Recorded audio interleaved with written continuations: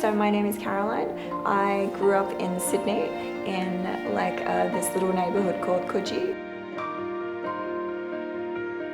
I grew up really close to the ocean, and we used to climb the cliffs, sit and watch people surf, and then climb all the way down, and just that was my school life, just fearless. So I climbed a lot in Sydney. I did it frequent enough to be proficient, but I didn't do it enough to be an expert. And here I'd been to lots of the rock climbing walls, and I climbed, and I was never scared. That's the problem. I think that was part of my problem, that I didn't have a lot of respect for myself.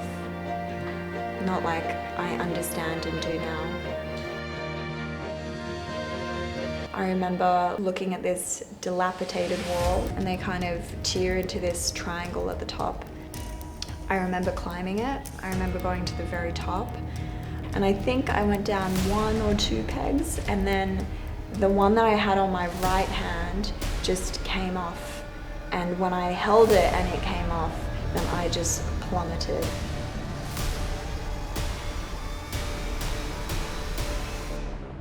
And when I landed on my feet, and I fell onto my back, and physically I couldn't get up. So I rolled onto my right side, and I felt all of the bones in my body go one by one, and I'd never felt anything like that before. I think years and years and years of doing yoga just kicked in. And I just put both of my hands on my heart, and I just started breathing. And I was just taking these really, really deep breaths. And I feel like I kind of went into a totally different world. And I have no idea how long I waited on the floor, but it felt like I was there hours. I remember tasting blood, and I remember seeing the sand in front of me, and then everything just went blurred.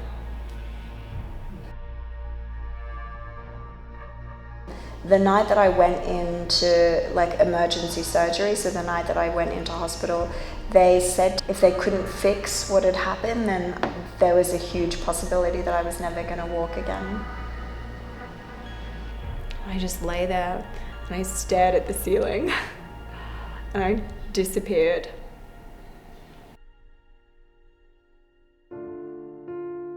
So I shattered both of my feet. On the right side, it was an open fracture to my heel bone, and it shattered into loads of pieces. On the left side, I shattered my heel bone as well, and then the bone just above it called the talus, which connects to your shin, and I shattered one of my toes. Then I had in my pelvis, my pubic bone snapped off, and then the whole bone where your hip bone is, the whole thing just shattered, and it was up much higher than it should be. I had a burst fracture to part of my spine, and then tendons that had adhered in my right foot that were fixed, and I had clawed toes, so they were also fixed as well. I had in total about 14 surgeries, procedures. Not all of them were massive.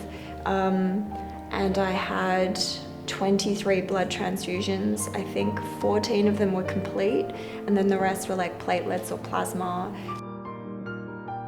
One of the things that really made me keep going was the fact that so many people were there. And I was never alone, ever in that room. There was always someone there.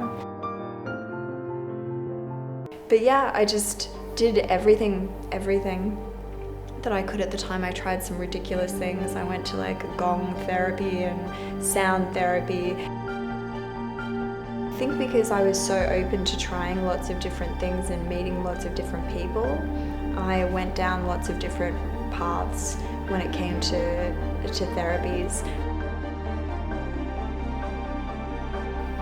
I didn't want this to be the culmination of what I had done, you know? Like, I couldn't leave it at that. Because if I left it at that, then I would never forgive myself. Then I was just determined after that, determined to do everything that I could to change. And I did.